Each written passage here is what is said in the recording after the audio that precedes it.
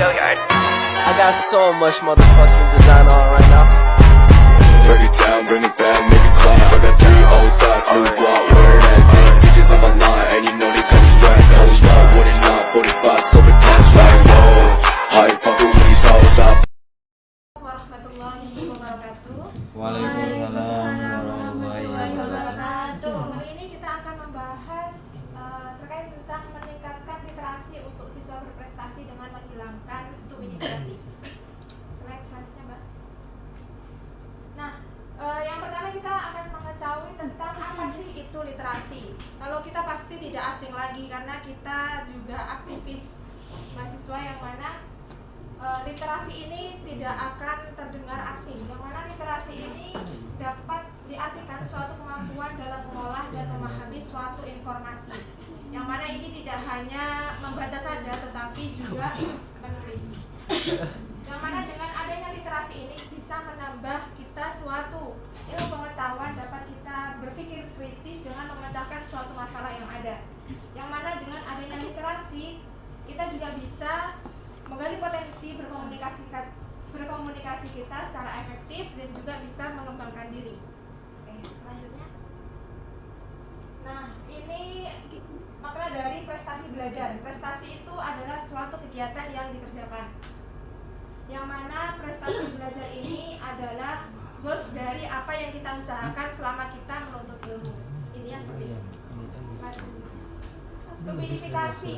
Nah, kita semua juga tidak asing lagi dengan kalimat ilmiah ini, stupidifikasi, yang mana kita pernah mengikuti seminar oleh Profesor Dr. Ana Nadia Abrol, yang mana stupidifikasi ini memiliki suatu arti pembodohan, yang mana pembodohan di sini itu sangat beriringan dengan ibaratnya sisi pedang yang mana bisa berkembang bersama. Oleh karenanya di sini itu disebutkan bahwasanya stupidifikasi ini adalah suatu saudara kandung, yang mana saudara kandung di sini pencerdasan dan saudara kandung, di mana pencerdasan itu adalah saudara tua, sedangkan pembodohan itu saudara muda. Dan teknologi di sini itu adalah sebagai ibunya, seperti itu. Anggaplah kita di kanan ini adalah suatu pencerdasan, yang kiri ini adalah suatu pembodohan. Yang mana pencerdasan dan pembodohan ini berjalan beriringan dengan adanya suatu teknologi, seperti itu. Selanjutnya, pentingnya menghilangkan stupidifikasi. Pastinya penting karena stupidifikasi di sini itu juga memiliki peran dalam dunia pendidikan dan juga literasi. Yang mana dengan adanya literasi ini nantinya diharapkan bisa memberikan suatu ilmu pengetahuan yang nantinya bisa membangun suatu karakter pada generasi muda. Nah, oleh karenanya pendidikan di sini itu adalah suatu wadah untuk meningkatkan kualitas bangsa yang diukur dengan dengan kemajuan pendidikannya. Karena itulah di sini adalah wadah untuk kita bisa menghilangkan stupidifikasi. Selanjutnya, sains dan teknologi akan terus melanjutkan fungsinya melakukan permintaan masyarakat. Karena dengan adanya sains dan teknologi di sini, itu permintaan masyarakat yang sekiranya itu memberatkan suatu pekerjaannya akan lebih mudah dengan adanya sains dan teknologi. Apakah sains dan teknologi itu sangat berpengaruh terhadap literasi dan stupidifikasi? Itu pastinya berpengaruh. Karena pembodohan ataupun pencerdasan itu datangnya dari sains dan teknologi, tergantung bagaimana kita menanggapinya atau mengambil manfaat darinya. Slide selanjutnya. Nah, pengaruh perkembangan sains dan teknologi di sini terhadap literasi. Yang pertama adalah terjadinya percepatan dan peningkatan pola pikir berbagai bidang. Nah, dengan adanya literasi di sini kita bisa meningkatkan pola pikir kita dengan berbagai bidang ilmu pengetahuan yang kita miliki, sehingga ketika kita menggali dan mempelajari literasi di sini, pola pikir kita itu akan lebih efisien dan juga pragmatis. Yang kedua adalah keterlibatan siswa secara aktif dalam mencari informasi.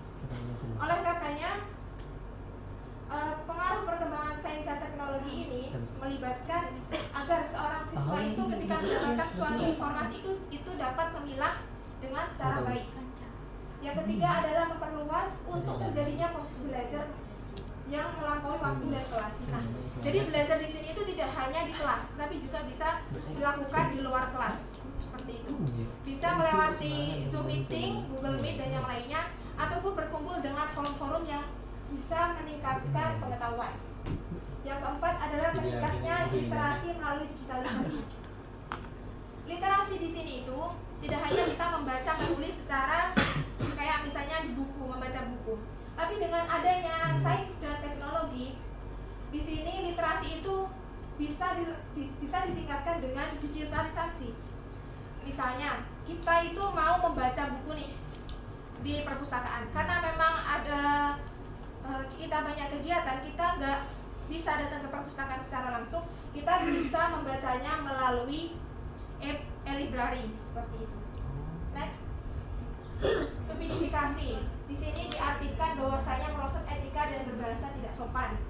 Yang kedua, meningkatnya rasa malas dan mementingkan diri sendiri, ketergantungan dengan gadget. Yang mana ini sudah tidak asing lagi bagi kita juga bisa melihat ini di kehidupan kita sendiri. Next.